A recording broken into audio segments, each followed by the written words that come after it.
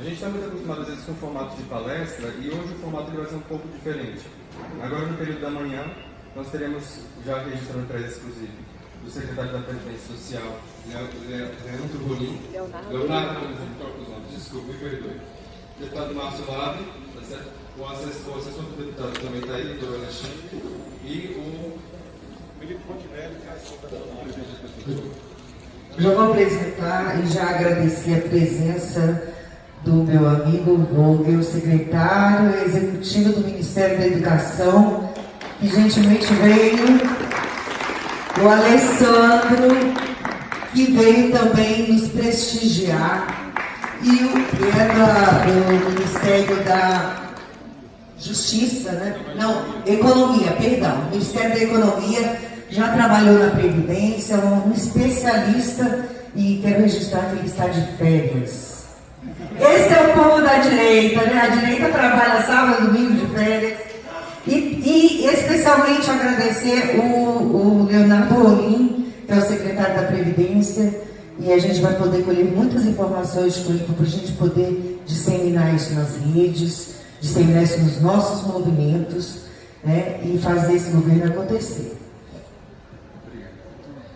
Agora, explicando um pouquinho da metodologia de trabalho, na sequência eu passo a palavra para os que foram anunciados e também junto com eles vai estar o pessoal do CLP, o Tiago, porque eles têm uma plataforma que eles estão trabalhando isso nos municípios e como que eles estão trabalhando a questão da Previdência, e eu creio que isso pode ajudar muito os movimentos. Bom, obrigado, bom dia a todos.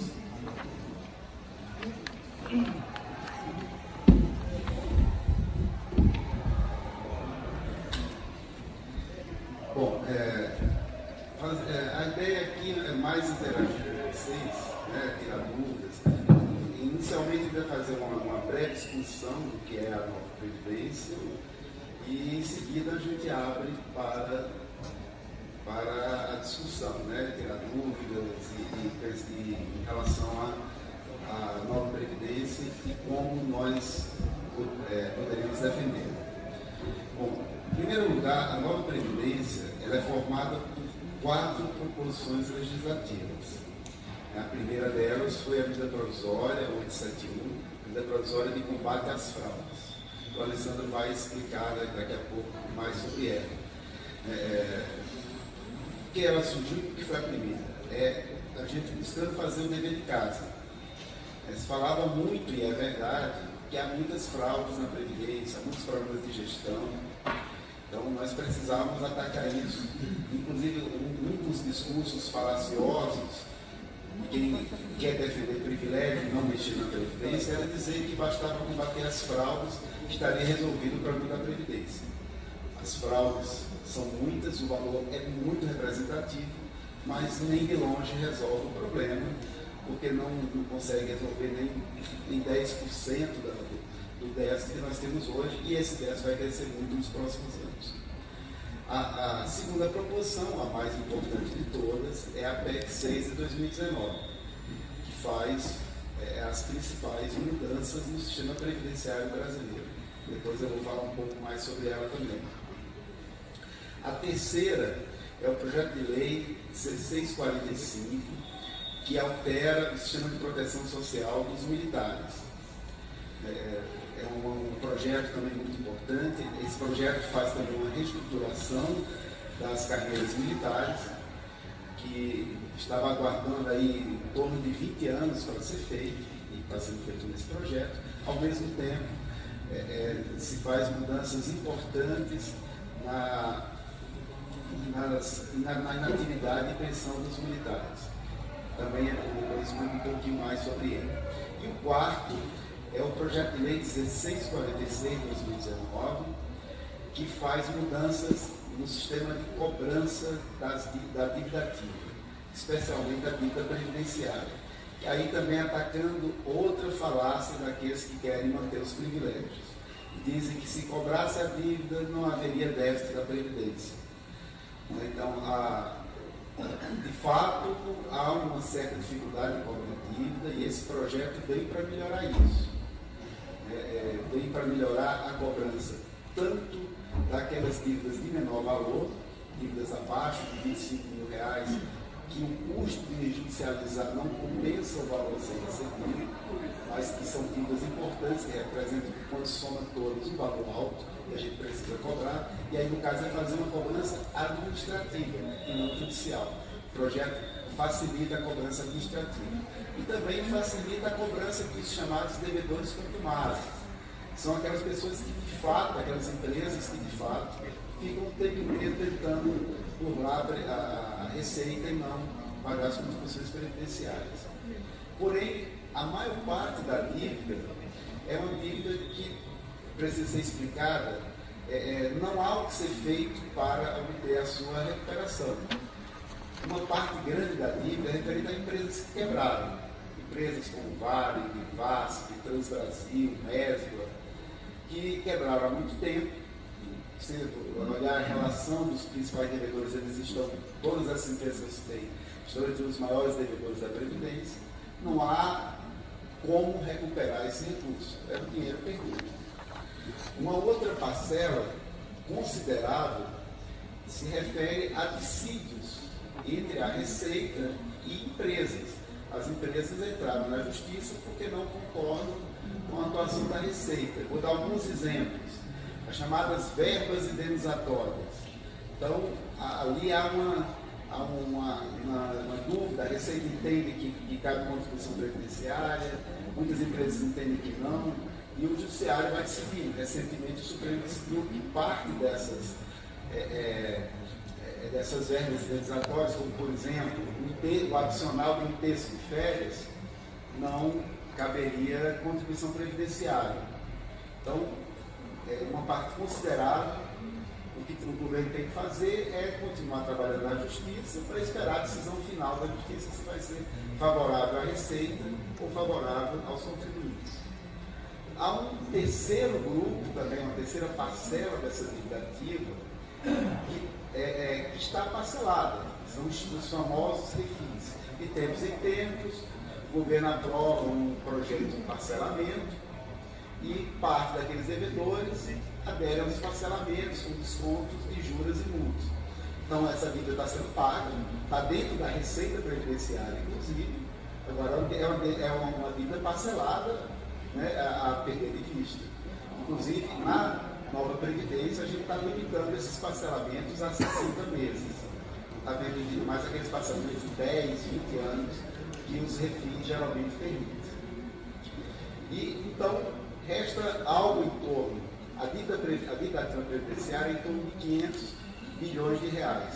O que de fato é recuperável, ou seja, fora esses três grupos, os que não, empresas falidas, que está na Justiça ou que já está parcelado, algo em torno de 100 a 160 bilhões é o que de fato há um trabalho a ser feito, que é o que o projeto de lei 1646 vai atacar, que é essa parte de pequeno valor, da cobrança administrativa, e os devedores que de fato não querem pagar, e aí criar instrumentos para obrigá-los a pagar, para endurecer as regras para essas empresas. Eles não terem direito mais a benefícios fiscais, poder sequestrar dinheiro da conta dessas empresas, são exemplos de algumas medidas que vão ser possíveis com a aprovação desse projeto de lei. Então, com esses 4 pontos, a gente entende que a nova Previdência ela ataca todas as principais fragilidades. Além disso, a gente tem algumas medidas administrativas que estão sendo tomadas, que não implicam necessariamente em projetos de lei, como, por exemplo, a ampliação do cadastro, né, do cadastro nacional, criando um grande sistema. O Alessandro também depois vai falar um pouco, porque a medida provisória ajuda muito nesse sentido. Um amplo sistema de dados que vai permitir termos melhores informações das pessoas e ter um combate mais sistematizado das fraudes, e também facilitar a vida das pessoas terem melhores informações, o processo de aposentadoria ser mais ágil e inclusive com menos pessoas do que tem hoje. E o outro é a reabilitação profissional. O Brasil é um dos países que tem maior percentual de aposentadoria por invalidez do mundo, mesmo a idade média de aposentadoria do Brasil sendo uma das mais baixas do mundo. Então, quanto mais alta é a aposentadoria, maior o risco de ter alguém que venha a se aposentar por invalidez. Então, por que isso ocorre? Porque nosso sistema de reabilitação profissional ele é muito fraco. Ele reabilita hoje menos de 5% das pessoas que são reabilitáveis. Então, a gente está também trabalhando para melhorar a reabilitação e ao ser reabilitado, essas pessoas vão voltar ao mercado de trabalho, vão produzir mais, né, vão inclusive contribuir para aumentar a produção do PIB nacional e a receita previdenciária, reduzindo a despesa. Então, em Minas Gerais, esses são os principais pontos da nova Previdência. E eu acho que a maioria das pessoas não conhecem bem, a gente precisa explicar que, ao contrário de tentativas anteriores de reforma, nós não estamos apenas mudando parâmetros de acesso e cálculo a benefícios de aposentadoria e pensão, mas nós estamos reformulando todo o sistema previdenciário para que esse sistema seja sustentável no futuro. Sustentável, inclusive equilibrado. Depois nós vamos explicar como é que ele vai obter o equilíbrio. Para ter o equilíbrio no regime geral, só no longuíssimo prazo, porque é um sistema que tem problemas seríssimos, e com a implantação da capitalização, que depois vou falar um pouco melhor sobre isso. Então, vou passar aqui para o Alessandro, ele continuar a apresentação, depois eu volto para falar um pouco mais sobre a PEC.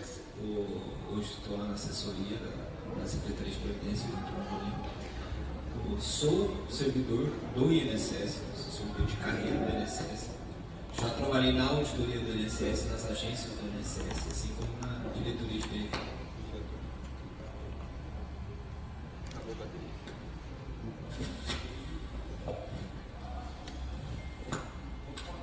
Oi.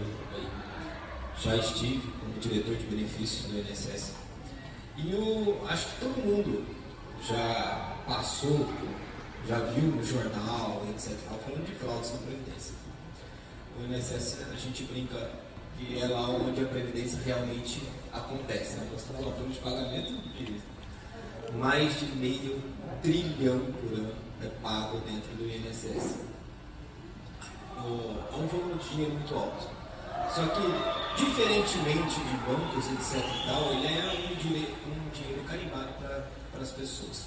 O que ocorre? A legislação previdenciária, a 8.212 e 8.213, são leis muito antigas. Numa época que você não tinha nenhum cadastro, que você não tinha nenhuma outra forma de reconhecimento de benefício.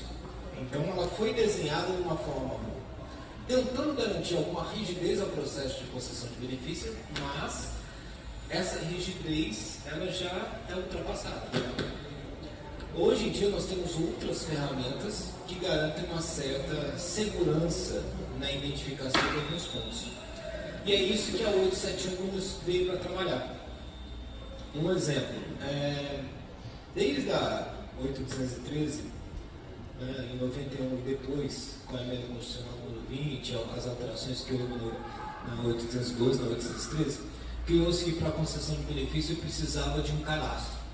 O CNIS, quem já foi na Previdência ou já ouviu falar, é o cadastro que a gente trabalha, um cadastro nacional, nossa vida laboral está lá dentro do CNIS, e foi colocado na lei, depois da alteração no começo da década de 2000, de que toda concessão de benefício era necessário ter as informações do CNIS. E tornou-se o CNIS ali como uma prova que a gente chama de uma prova plena, houve a inversão de ombros de prova, onde a pessoa, em vez de trazer a carteira, a gente primeiro consultava o CNIS para depois verificar as informações divergentes. Isso ocorre no empregado urbano, mas, por incrível que pareça, isso não acontece com o meio rural. Então, uma das polêmicas da 871, e diversos movimentos estão colocando isso, foi a retirada da declaração sindical como prova, além, ela era corroborada com um início de prova material, teoricamente, para a concessão de um benefício para o segurado especial. Só que isso se tornou uma máfia. Hoje, se você pegar o número de benefícios concedidos para as pessoas que se declararam rural, e considerando que ainda tem uma parte de pessoas que estariam na ativa, que não recebem nenhum benefício rural, essa população é muito maior do que a população que se declara rural pelo IPEA. Existe uma divergência dessa informação. E por que tantas pessoas estão conseguindo benefícios da área rural? Exatamente porque a documentação, quando foi colocada isso lá no 8.213, era numa época que o governo não chegava em todos os pontos, tinha tido uma mudança na Constituição de 88, porque até 88 existia o Fundo Rural, o benefício era dado para renda de família, meio salário mínimo, era um outro desenho. Com a Constituição de 88, que fez uma ampliação do benefício para o segurado especial, quando veio o 8.213, se criou um mecanismo de tentar chegar até essa população. Como não tinha a estrutura, a estrutura governamental que chegava a esse povo rural na época, era a Zemater, que tinha uma estrutura muito maior do que tem hoje, elas ainda assim não conseguiram chegar até o povo rural, que era um povo, segundo a Lima, muito necessitado, principalmente da agricultura familiar, e se colocou uma forma, um meio para alcançar esse povo. Essa forma, esse meio era a utilização dos sindicatos rurais para conseguir chegar nesse povo. Mas hoje, 30 anos depois, eu imagino que não precisa mais dessa estrutura. Nós temos outros meios para conseguir alcançar esse pessoal. Até porque não existe só a política de aposentadoria rural. Hoje, a gente brinca no INSS que o segurado especial ele nasce na porta do INSS com 55 anos de mulher e 60 anos de homem. É assim que está funcionando. Ele nasce. Porque ele não aparece em cadastro nenhum. Hoje, antes dele ver, não aparece em cadastro nenhum, não aparece informação nenhuma. De repente, ele aparece com uma certidão de casamento, uma declaração do sindicato, 2 testemunhas e fala: sou rural. Era assim que estava funcionando. Aí você consultava o período, o cara não tinha nada, o servidor fazia uma entrevista e daí concedia ou não o benefício para a pessoa, baseado na opinião do servidor, que é uma opinião puramente subjetiva. Então você nem pode dizer que o servidor fazia isso de boa ou má índole, conceder ou negar o benefício, porque é uma opinião pessoal.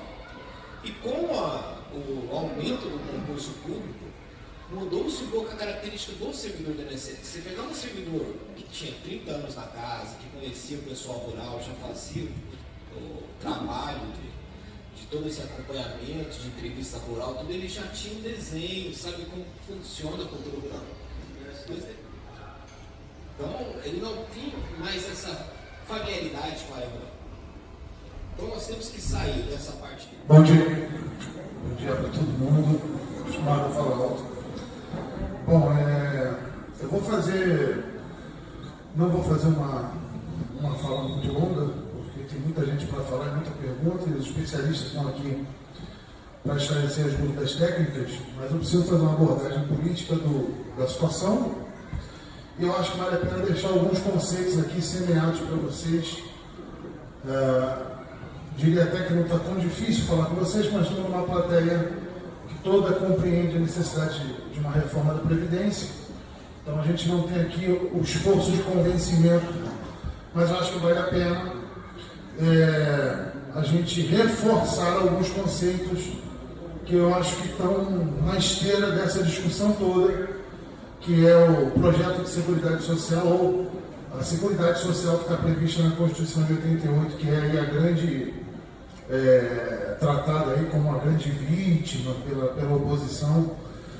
Então, primeiramente, do ponto de vista político, eu sempre venho colocando, tanto nas minhas redes sociais, como quando eu sou abordado pela imprensa e pelos eleitores, eu nunca tive 1 centímetro de dúvida da aprovação da reforma.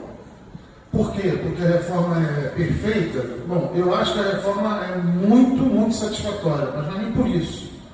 É porque existe um entendimento, tanto nos 3 grupos hoje que estão compondo o Congresso, a Câmara e Senado, que são a oposição de esquerda e extrema esquerda, o centrão, que ideologicamente não tem uma direção, são mais fisiológicos, e essa nova safra aí de conservadores, de liberais, que estão apoiando o governo. Então a gente tem esses 3 segmentos. A oposição, que já é nossa velha conhecida figurinha carimbada, a esquerda marxista e a progressista, os revolucionários de sempre, a turma que é sempre do contra, para eles vão fazer todo o barulho que eles puderem, porque faz parte do conjunto do mise-en-scène deles. É ficar dizendo que essa previdência vai prejudicar os pobres, vai prejudicar os desfavorecidos.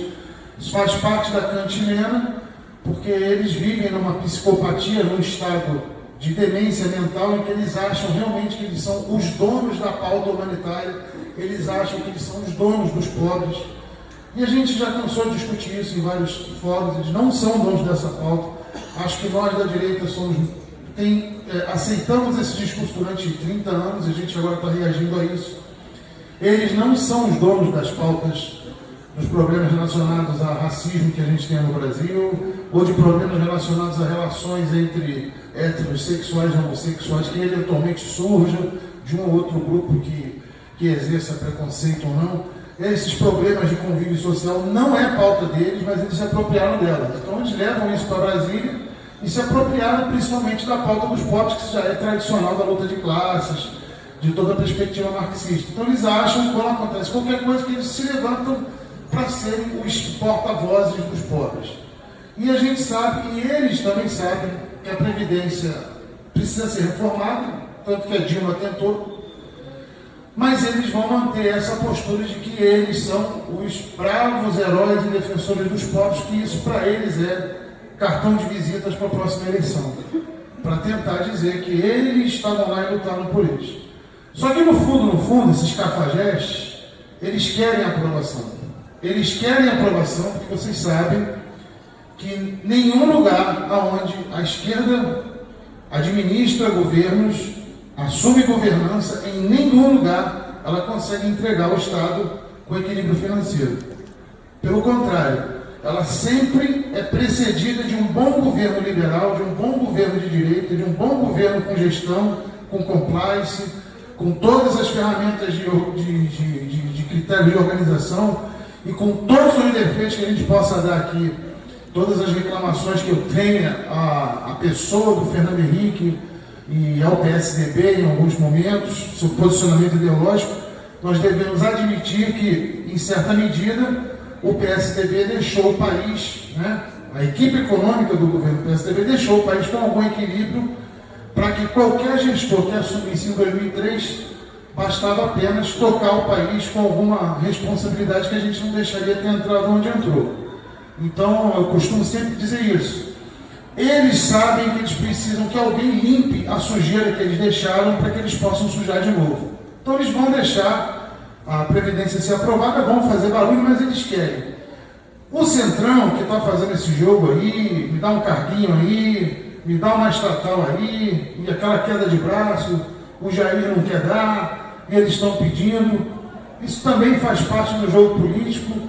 Talvez mais ali na frente vai ceder um pouquinho, vai resolver de um jeito ou de outro.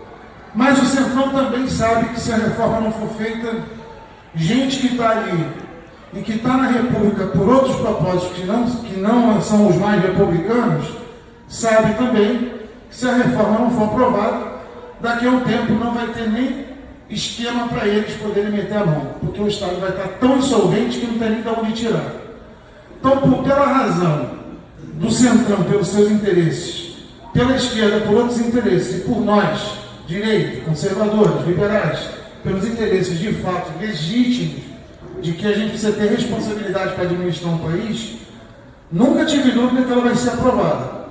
Então eu não costumo me contaminar com todo esse clima pesadíssimo, essa discussão. Eu às vezes me divirto de ver toda essa discussão que acontece, quando eu sei que o jogo já está fechado, já está resolvido. O que a gente precisa destruir, e eu acho que o nosso papel pode ser importante nesse sentido, é alguns conceitos que criam fatores emocionais das pessoas que não têm acesso à informação. Já vou caminhar para o final. Acho que é importante aqui a gente tentar exercitar um conceito um pouquinho diferente do que a gente tem trabalhado até hoje sobre essa questão de previdência. Infelizmente, a Constituição, ela criou, ela engessou na cabeça do brasileiro a ideia de que previdência e assistência social é a mesma coisa. E isso, para mim, no meu entender, isso é o maior dos enganos e é o maior fator gerador de toda essa confusão na cabeça das pessoas. Previdência é uma coisa, é um conceito, assistência social é outro. Se a gente conseguir fazer esse exercício a partir de hoje, vai ficar bem mais fácil discutir previdência, discutir reforma, o que for. Previdência é uma providência matemática que as pessoas tomam para as suas vidas, que quando estão em idade produtiva. Então até o trocadilho da palavra, mas previdência nada mais é do que isso. É você entregar a alguém, ou você confiar a alguém, que fique com uma parte do recurso que você produziu quando você tinha uma vida produtiva, para que lá na frente esse recurso volte para você poder viver quando você estiver fisicamente sem condições de continuar produzindo. Basicamente, previdência é isso. Assistência social é outra coisa. E assistência social não requer qualquer contrapartida. A assistência social, ela vem da base de um preceito cristão da sociedade ocidental, que é a caridade. É ela atender aos incapazes. E aí cada sociedade vai pactuar aquilo que ela acredita ser um valor justo, um preço justo para que ela desembolse de cada cidadão uma contribuição para cuidar dos incapazes. E incapazes pode ser qualquer pessoa que não tenha condições de produzir. O problema no Brasil é a discussão de quem é incapaz. Quem é incapaz no Brasil? É o cara que acorda meio-dia? É o cara que está com uma dor no pé e acha que não pode produzir e vai lá pedir direitos? Quem é incapaz no Brasil? É a pessoa que não sabe ler? Então a gente tem um histórico, uma tradição de que na sociedade ocidental os incapazes são as crianças que não podem produzir, né? São os mais idosos que estão acometidos por problemas de saúde, são os deficientes físicos, os deficientes mentais. A sociedade sempre, nunca precisou do Estado moderno para dar conta dessas pessoas. Sempre a sociedade encontrou um jeito de cuidar desses. O que aconteceu é que o Estado moderno tomou, vai saber enxergar direito se aquilo ali é um problema previdenciário ou se é um problema de caridade. Então o cidadão que é rural e que trabalhou a vida inteira, que não está aguentando, ele se arrebentou todo, ele está com 30 anos, ele já está com calo, ele está com os braços quebrados, ele está com as pernas inchadas, ele não tem mais condições de ser produtivo. O Estado concorda, a sociedade concorda que ele vai precisar ser assistido por nós, então está tudo certo, a gente vai assistir ele. A gente assiste ele sem contrapartida. A questão é, em que medida a sociedade aguenta bancar isso? Se a gente tem 208 milhões de brasileiros, e se 180 milhões decidir achar que não tem condições de produzir, eu não sei se 20 milhões conseguem carregar nas costas. E esse é o caminho natural. Se não ficar sinalizado que a situação de assistência social ela tem um limite e a situação de previdência ela precisa ser uma decisão pessoal. Por isso a capitalização é o caminho, que a capitalização ela responsabiliza você, para que você cuide do seu futuro. E não entregue isso para o Estado. Você escolhe, inclusive, aonde você vai guardar esse dinheiro. Pode ser no Banco do Brasil, na Caixa Econômica. Eu vejo o discurso, vai entregar dinheiro para banqueiro. Mas que banqueiro? Caixa Econômica é banqueiro? Banco do Brasil é banqueiro? Quem quiser guardar o dinheiro no Banco do Brasil, guarda. Então, são discursos muito mentirosos que a gente vem acompanhando, que na verdade esse pessoal, eles sabem que eles estão mentindo, eles sabem da cafajestagem, nós também sabemos, e eu acho que, para não me estender muito, eu queria deixar esse conceito e um raciocínio bem simples aqui, sobre essa questão atuarial, que é, você imagina se imagina que a medicina aí hoje, daqui a mais uns 5 anos, descubra um jeito da gente viver até, 140 anos. 160 anos.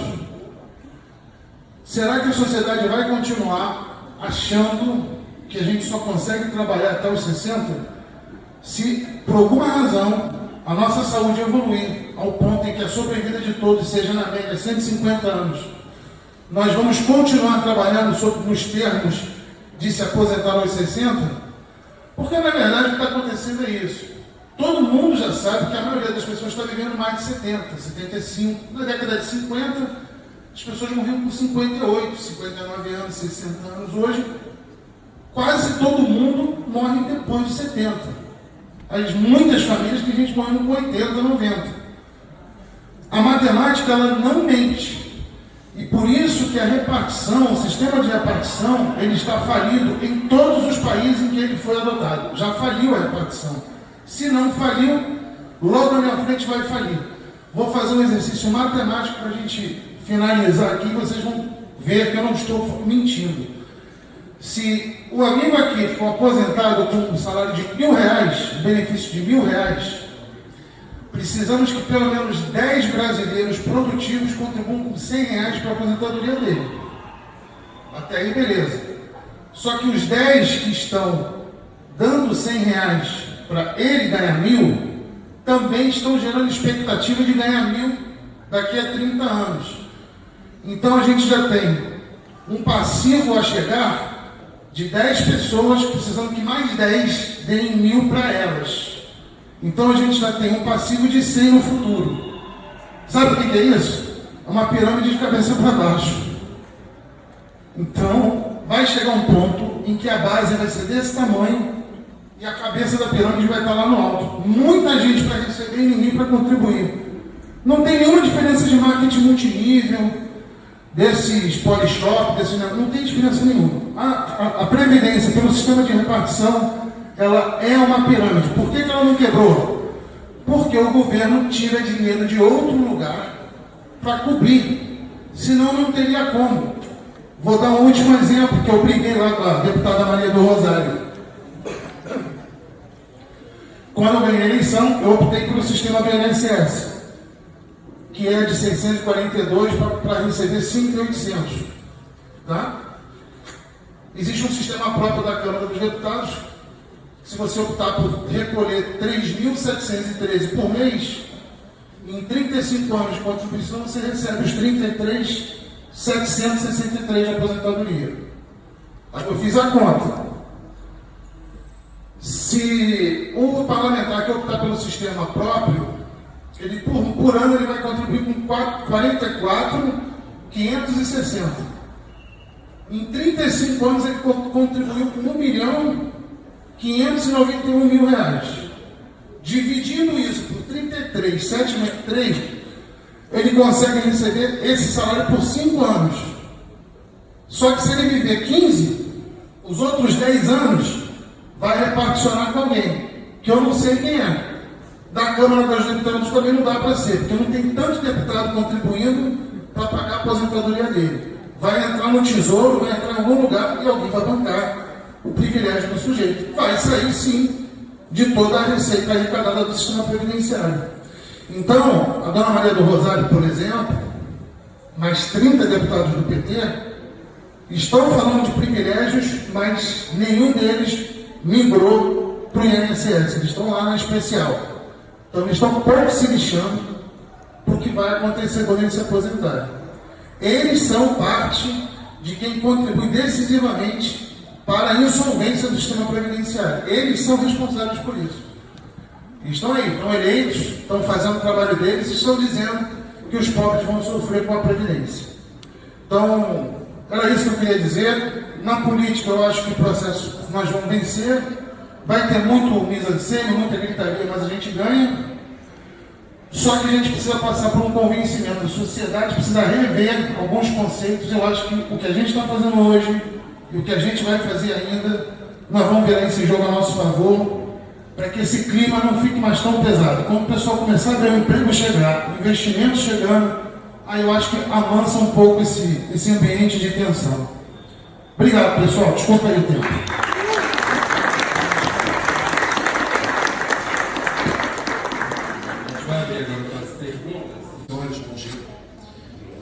É uma grande satisfação estar aqui com todos. Sandra, obrigado. Bem, esse momento é importante porque foi por isso que a gente ajudou a Sandra e o restante do grupo a montar esse evento aqui hoje, porque realmente vocês são formadores de opinião. E está aqui Leonardo Colim, Alessandro, deputado. É importante que vocês aproveitarem esse momento, tirarem dúvidas e fazerem várias perguntas. Esse pessoal está trabalhando há muito tempo nesse assunto. Eles conhecem os detalhes, conhecem as entranhas de todos os problemas. E é muito importante que seja tudo esclarecido. Eu sou servidor público, eu entrei no serviço público em 98, sou anterior à emenda 20, e mesmo assim eu fiz a migração para o FUNPRESP e entendi que essa era a maneira da gente poder ficar livre e poder lutar pelas coisas que a gente acha que são corretas. Eu estou hoje no Ministério da Educação, estamos à disposição também de vocês todos. A equipe nova no Ministério da Educação, a gente pede o apoio de vocês. O ministro Abra vai ao Senado e à Câmara dos Deputados dia 7 ao Senado, dia 15 à Câmara, na Comissão de Educação, vai falar lá. Estamos todos trabalhando juntos, preparando todo o material para que a gente possa, naqueles momentos, esclarecer a sociedade o que nós imaginamos para o futuro da educação e vamos implementar. E é um grande desafio em cada lugar que a turma que está integrando esse novo governo está. É uma grande batalha, é um leão que a gente mata todo dia. E realmente a gente precisa da ajuda de vocês. Olha, eu quero agradecer a presença de todos. O papel de vocês é muito importante para todos nós e estamos à disposição, tanto no Ministério da Economia, que temos 2 representantes aqui muito importantes, quanto no Ministério da Educação. Estamos à disposição de todos os senhores. Bom dia para todos. 2 minutos para falar. Vão ser 4 perguntas, depois os 3 falam sobre a pergunta que ele falou. Bom dia a todos, meu nome é Wilton Kida. Nós enfrentamos muito nas redes sociais e em fóruns, em encontros, uma coisa que vocês já tocaram, que é o assunto das falácias, dos fake news, né, sobre o Itaú deve 25 bilhões ao governo, o JBS deve X bilhões, né? E nós não temos uma resposta concreta do que isso significa realmente, se esse dinheiro realmente vai fazer muita diferença, porque a falácia da esquerda é de que nós queremos tirar do pobre e por que nós deixamos o JBS, Itaú, Bradesco e demais empresas inadimplentes, né? E uma outra coisa é uma dúvida também que as pessoas perguntam: e quem morre e não tem a quem transferir, né? A pessoa que contribuiu 30 anos, por exemplo, e essa pessoa faleceu e aí ela não transferiu isso para ninguém. Para onde vai esse governo, né? Esse dinheiro, na verdade, fica para o governo ou é redirecionado para alguma outra finalidade?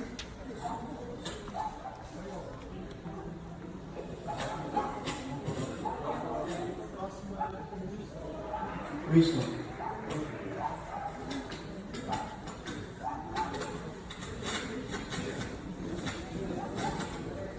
Bom dia, comandante Winston. Só pedir um favor, os 4 eles poderiam fazer uma fila aqui, que aí já faz a pergunta um atrás do outro, e a gente não vai ter continuamente. Foi o Cida, o Winston, o Caian e a Rai. Pode ser? Aí fica aqui um atrás do outro, já faz as perguntas e eles tomam nota das perguntas. Meu nome é o comandante Winston. A minha pergunta é em relação à reforma que foi apresentada pelo governo para o Congresso. Ela previa uma economia de R$1 trilhão nos primeiros 10 anos. A CCJ aprovou uma outra reforma, retirou algumas coisas que foram apresentadas pelo governo. Eu queria saber o que foi retirado e quanto isso impactará, em termos de bilhões, né, essa previsão de R$1 trilhão de economia nos primeiros 10 anos. Obrigado.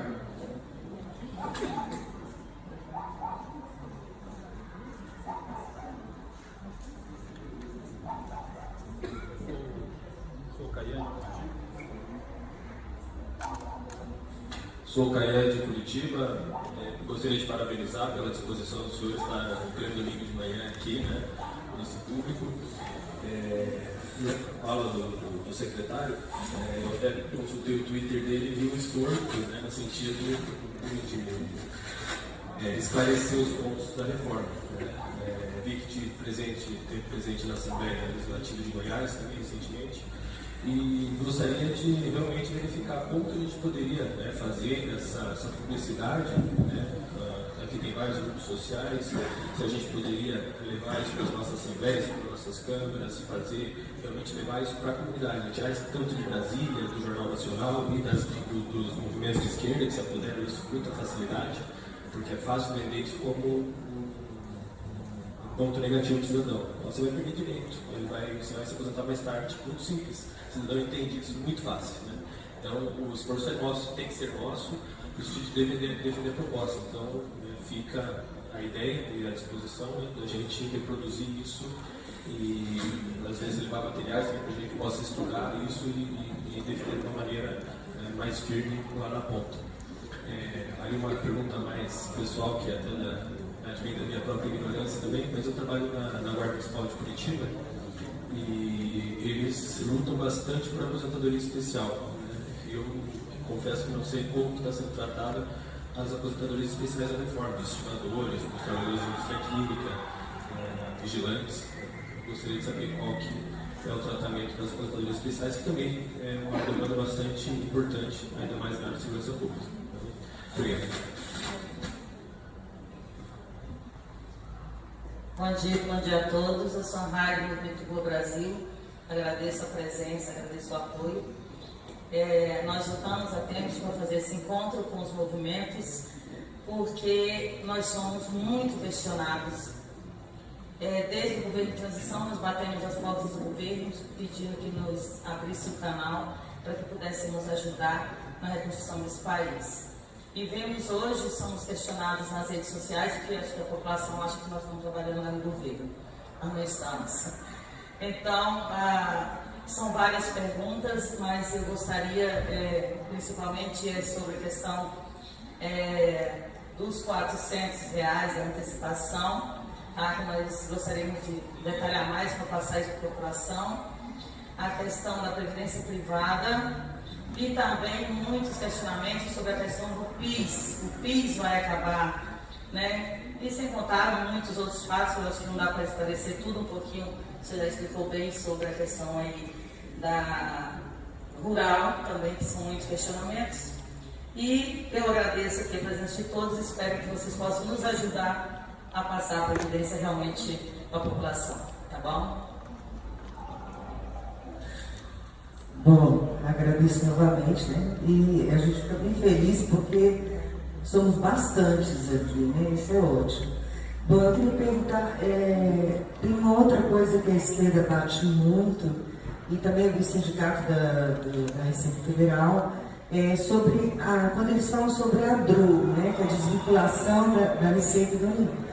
Que, para a gente poder entender melhor, né? E poder discutir com propriedade com eles, né? Então, se vocês puderem nos dar uma explicação, seria muito interessante. E, mais uma vez, assim, agradecer, porque hoje é domingo, é uma disposição muito grande para ajudar o Brasil a realmente dar uma guinada, né? Muito obrigada. Agora eu vou passar para... Algum Bradesco, mais uma falácia deles. Todos esses casos são naquele grupo que eu falei de disputas judiciais. Vou falar rapidinho só o caso da JBS. A JBS, assim como todos os grandes frigoríficos, estão numa disputa judicial com a União, porque eles ficam com créditos de exportação mais do que eles conseguem ter de tributo a pagar no Brasil, porque a maior parte das vendas deles são do exterior. Então, eles ficam com excesso de créditos. E aí eles desenvolveram uma tese de que poderiam compensar esses créditos de exportação com contribuição previdenciária, que é o que eles têm basicamente a pagar. E em várias instâncias da justiça eles já ganharam, inclusive talvez o governo até, depois de ter perdido em várias instâncias, venha a aceitar essa tese e permitir a compensação. Esse é um dos exemplos. E na maioria dos casos é isso.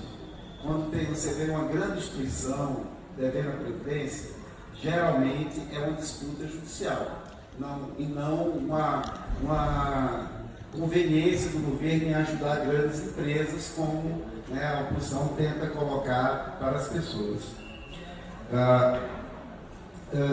Foi feita outra pergunta: quem morreu sem deixar a pensão, para onde vai esse dinheiro? O nosso sistema é um sistema solidário, não é um sistema de contas individuais. A capitalização que a gente pretende implantar, aí sim vai ser contas individuais, embora ainda vai ter uma parte solidária também. Então, como é um sistema solidário, aqui, como eu falei, a repartição simples. Entra um bolo de dinheiro daquelas contribuições e paga-se os benefícios. Só que os benefícios são maiores do que as contribuições. Como o deputado colocou, a gente tem um déficit. O déficit estimado para este ano é próximo a 300 bilhões de reais. Então, não só o dinheiro daquela pessoa foi gasto para pagar o benefício do outro, como mais dinheiro de tributo que todos nós pagamos. Como eu falei, esse ano em torno de 300 bilhões vai ser utilizado para cobrir o rombo da Previdência. Então, agora, num sistema de capitalização individual, esse dinheiro é teu. Se você morreu, não deixou um pensionista, isso aí vai para algum herdeiro que a pessoa deixa. É o dinheiro da pessoa. É diferente de um sistema solidário de repartição simples como o nosso. Sobre os pontos que foram modificados na CCJ, nenhum desses pontos tem impacto naquela meta de 1 trilhão. São pontos que foram colocados para melhorar o sistema previdenciário, mas que não têm impacto em termos financeiros. Um deles era o FGTS, que o impacto era muito mais para as empresas, não para o governo. O FGTS não é um dinheiro da União. Outro ponto foi em relação ao Fórum Nacional, que é a possibilidade das pessoas entrarem na justiça em Brasília, mesmo que morem em outro lugar. Esse ponto era mais para evitar que a pessoa entre mais no lugar, que é o sistema de litispendência, também não tem nenhum impacto. Outro ponto é a possibilidade de uma lei que complementar, que é o da Previdência, ser de iniciativa do Congresso e não apenas da União. Pessoalmente, eu acho que foi uma medida correta, permitir que o Congresso também legisle, dê iniciativa. E o quarto ponto foi não poder modificar por lei complementar a idade limite do servidor público para a aposentadoria, chamada aposentadoria compulsória. Esse ponto estava sendo tirado porque todos os números, todos os parâmetros estão sendo tirados da Constituição. É o que está sendo chamado de desconstitucionalização. O Brasil é o único país do mundo que os parâmetros de cálculo e acesso à aposentadoria e pensão estão na Constituição. Nos outros países você tem lá os conceitos e os direitos, mas não os parâmetros. Então, a gente está tirando os parâmetros, estava tirando esse também. Só que esse parâmetro tem uma sensibilidade, que é a questão da saída dos ministros do Supremo, né, pela aposentadoria compulsória. E aí, muitos parlamentares entenderam que essa seria uma medida para permitir que no governo Bolsonaro fosse indicado mais ministro do Supremo, e aí houve uma resistência muito grande no Congresso. A gente teve que ceder em relação a esse ponto também, mas também não tem impacto. Como ajudar? Né? Então, acho que há várias formas. Primeira é trabalhar as redes sociais, que vocês todos são especialistas nisso, trabalham muito bem. Trabalhar nas redes sociais, defendendo a nova Previdência, desmistificando os pontos e enfrentando as fake news que quem quer defender privilégio coloca. Esses grupos, na verdade, estão defendendo os privilégios e usam os pobres de muleta. Essa é a verdade, a gente tem que desmistificar isso. Um segundo ponto é realmente realizando eventos. Nós estamos à disposição para ir onde for, sempre vai alguém da equipe, todos os eventos que nós somos convidados, nós participamos. É muito importante a gente sair de Brasília e explicar para o Brasil inteiro. Outro ponto importante, pressionar os deputados. Isso é muito importante para ajudar. E por fim, em relação ao material, a gente tem um acordo de cooperação com o CLT. Acho que o CLT pode nos ajudar a difundir esse material, e também estamos abertos a fazer a cooperação com outras instituições. Mas acho que o CLT vai falar mais sobre isso depois. Bom, sobre guarda municipal. Hoje, nós, na PEC, nós temos várias possibilidades de aposentadoria especiais. Uma delas é para policiais e agentes penitenciários. No texto não está incluído a guarda municipal com aposentadoria especial, mas é possível que seja incluído, sim. Houve uma discussão, esse é um tema que nós estamos abertos a discutir melhor. BPC, os 40, antecipação. Qual o objetivo da mudança? O principal objetivo da mudança, tanto do BPC quanto do rural, é o que o deputado falou, separar previdência e assistência. Temos sim que proteger as pessoas mais pobres, mas não é justo que seja igual ao benefício contributivo. Hoje, o BPC é o mesmo valor, na mesma idade da aposentadoria por idade, no caso do homem. Então, você está dizendo que aquele que vai contribuir vai ter o mesmo benefício daquele que não vai contribuir. Então, nós procuramos primeiro diferenciar. E segundo, proteger também aqueles trabalhadores mais pobres que já estão em idade elevada, acima de 60 anos, aqueles trabalhadores que têm um trabalho mais braçal, começam a ter dificuldade de ter renda. Então, seria complementar, ao mesmo tempo, proteger melhor essas pessoas, dando uma renda antecipada de R$400, e para esse grupo é muito. Para se ter uma ideia, o Bolsa Família, para famílias com pessoas nessa faixa etária, é menos de 1/3 disso. Então, e ninguém reclama que o Bolsa Família é pouco. Então, está dando mais de 3 vezes o que o Bolsa Família dá para famílias nessa faixa. Então, está reclamando quem não conhece a situação dessas pessoas. E, outro lado, o salário mínimo passa a ser aos 70 anos, para diferenciar do benefício contributivo. Também se perguntou no rural. Mesma coisa, o rural. O objetivo é que tenha uma contribuição mínima. Ainda que seja uma contribuição pequena, para a gente dizer, olha, a sociedade está subsidiando tanto. O valor que está sendo colocado é equivalente a R$50 por mês por grupo familiar. Considerando uma família de 4 pessoas, dá R$12,50 por mês. Mas vai pagar alguma coisa. Se não quer pagar nada, vai para o BPC, vai para a assistência social. Paga alguma coisa, é importante que eles estejam no campo, gerando alimento, segurança alimentar para o Brasil, sim. Mas tem que ter alguma contribuição para ser previdência. Se não tem contribuição, é assistência. Então, esse é o princípio básico. Além disso, aumentar a idade da mulher rural. Não dá para imaginar hoje no Brasil a mulher rural se aposentando aos 55 anos.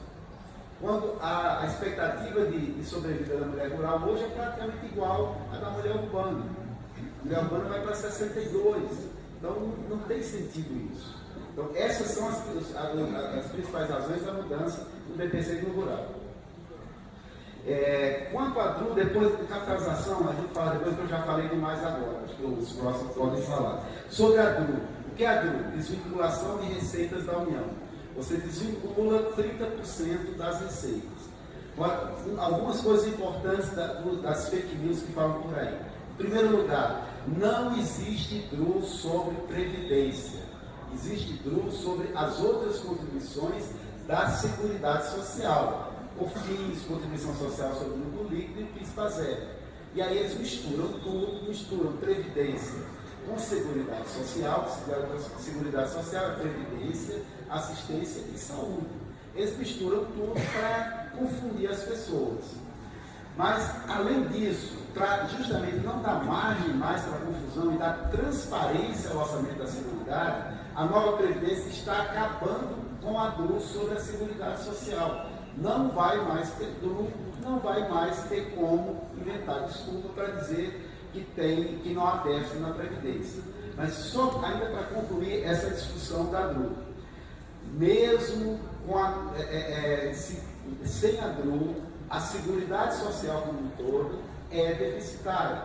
Ano passado, imaginando que não existisse a DRU, o déficit da Previdência Social ficou próximo a 250 bilhões e da Seguridade ficou em 170. Ou seja, quer dizer que a gente pegou 80 bilhões que deveriam ser destinados à saúde ou assistência para cobrir o rombo da Previdência, mas mesmo assim o resto do recurso da Seguridade Social não foi suficiente, ainda teve que vir 170 bilhões de tributos para cobrir as políticas sociais como um todo.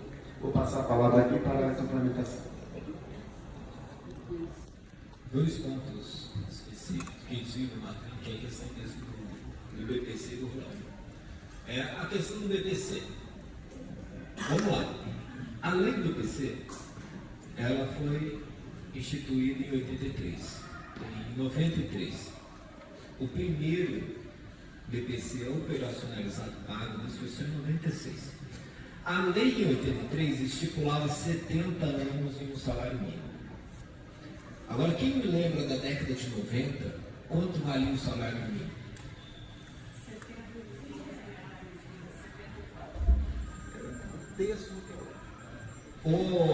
Agora, puxando até um discurso da esquerda, lembra quando o Lula ganhou a primeira eleição, que ele falava que ele queria chegar a um salário mínimo de $100, que não sei o que, não sei o que lá, R$400 e $100, né?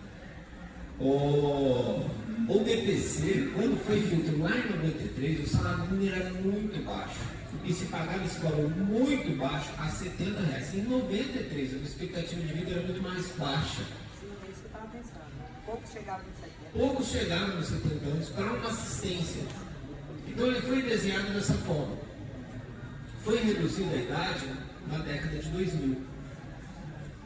O que acontece? Quando a gente está colocando 70 anos, estamos puxando o princípio que foi pensando lá em 93. Que aos 70 anos, o salário mínimo. Ponto. A regra já funcionava. Só que a gente sabe que assim, quando se fala em previdência, nós temos que essa expectativa de vida na hora que ele vai se aposentar, para saber quanto tempo a pessoa tem de vida. Aí que vai a mistura que o próprio deputado falou. Quando se fala de assistência social, você começa a pensar em expectativa de vida ao nascer. Por quê? Porque a assistência social se preocupa com o óbito de crianças, não é? Não tem que se preocupar lá com as crianças que nascem com problemas, com nutrição, etc. Esse é um modelo de assistência que não tem nada a ver com o. Aí no modelo assistencial, sim, olha, temos algumas pessoas carentes a 60 anos, por que não dá um benefício para ela? Porque hoje, aquelas que recebem algum benefício nessa faixa etária, são aquelas que possuem um adolescente no seu grupo familiar para receber o Bolsa Família. Porque o Bolsa Família é só para quem tem adolescentes, crianças e adolescentes no grupo familiar. Fora isso, eles não têm direito nenhum. Então a ideia de reduzir a idade é você aumentar o público da assistência social. Então eu aumento o público a mais de 500 mil pessoas. Olha que absurdo. Eu estou aumentando o público, estou assistindo mais gente, só que com um valor menor. E garantindo o benefício que era previsto lá em 93. Então esse discurso de que está tirando, não estamos tirando, estamos aumentando o público. Esse discurso de que eles estão protegendo, etc e tal, não, estamos colocando 500 mil pessoas a mais. Logo, no primeiro ano. Sendo que hoje, a partir de 65 anos, tem 2 milhões de pessoas recebendo BPC. Isso quer dizer, de 96 até agora, 2018, tem 2 milhões de pessoas recebendo BPC. Pensar que nesses 20 anos é exatamente a expectativa de sobrevida do pessoal acima de 65 anos. Então podemos dizer que praticamente quase todo mundo recebeu. Lógico que tem essa sazonalidade, mas é mais ou menos o público que veio recebendo desde lá de trás, que veio entrando e recebendo até hoje. Nós estamos colocando já no primeiro ano 1/4 dessas pessoas no BPC. Então estamos aumentando a assistência social, só que reduzindo o valor. No valor previsto, R$400, que equivale a $100, para essa pessoa até os 69 anos ou 70 anos com a questão de um salário mínimo. E no rural, exatamente o que o Rony falou. Quando você coloca uma contribuição, você torna o benefício do segurado especial previdência. Porque previdência vem de uma prévia contribuição. Ela trabalha com seguro. Vamos lá. acabar com a discussão de se o rural é assistência, se o rural é previdência. Tem contribuição? Tem. Contribuição previdenciária. Ah, não tem contribuição. Não tem contribuição na assistência. E daí se faz um desenho de assistencial todo para essa política. Agora nós precisamos ter uma contribuição para a área rural. É uma coisa óbvia. Se não é assistência social. Ah, mas a discussão que eles falam existe uma contribuição indireta da produção, etc, etc. Tá, existe contribuição indireta para todo trabalhador. Porque desconta os 11% nossos, mas desconta os 20% da folha de pagamento, tem mais outros descontos que vão tudo para a Previdência. Ou eles esqueceram disso também? Tem. Então, todo mundo de Previdência tem esse complementar de outras fontes de arrecadação. Isso está na Constituição. Mas a contribuição pessoal é isso que dá o direito à Previdência. É exatamente isso que envolve essa contribuição do rural. Tornar o rural realmente Previdência e não puramente uma assistência social. Ah, o cara está necessitado no local onde vai, não tem como pagar os R$600 por ano no grupo familiar dele, beleza, ele é assistencial, é uma coisa óbvia. Se ele está tão necessitado assim, então ele é assistência. Ah, mas eu produzo e o cara que eu vendo na lojinha lá, ele não faz o desconto. Beleza, começa a ter o controle para ter esse desconto e fazer a sua contribuição de R$600. Porque se você vende, você está tendo lucro com esse dinheiro, além do que você produz para a sua família, além da sua alimentação diária. Então, faça a sua contribuição. É simples assim.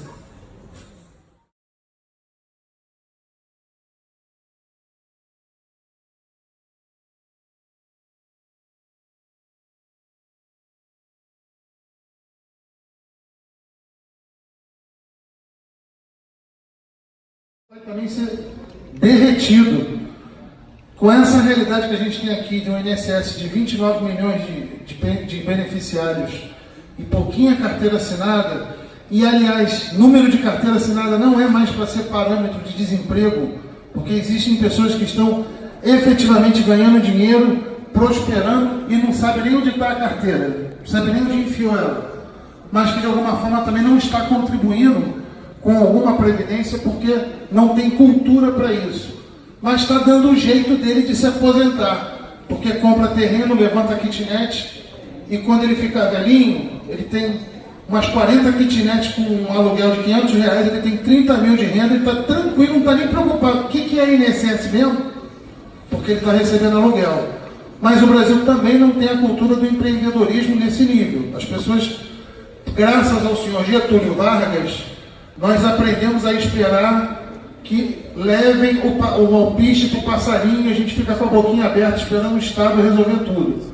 Então nós estamos num momento em que um monte de coisa está se transformando, e eu espero que nessa mudança, o Estado do qual hoje eu faço parte como deputado, também encolha, diminua, para que seja entregue ao cidadão as prefeituras, com a descentralização do dinheiro de Brasília, que as prefeituras comecem a prover as suas economias locais, e cada vez mais a responsabilidade pelo processo econômico fique a cada um de vocês, e menos ao Estado, menos às grandes corporações. Então, por esses motivos aí, eu só queria dizer que muitas das discussões que estão acontecendo hoje, daqui a 15 anos, elas nem vão existir mais. Então, é bom a gente estar atento, porque a roda da vida está andando e eu acho que ela não vai parar.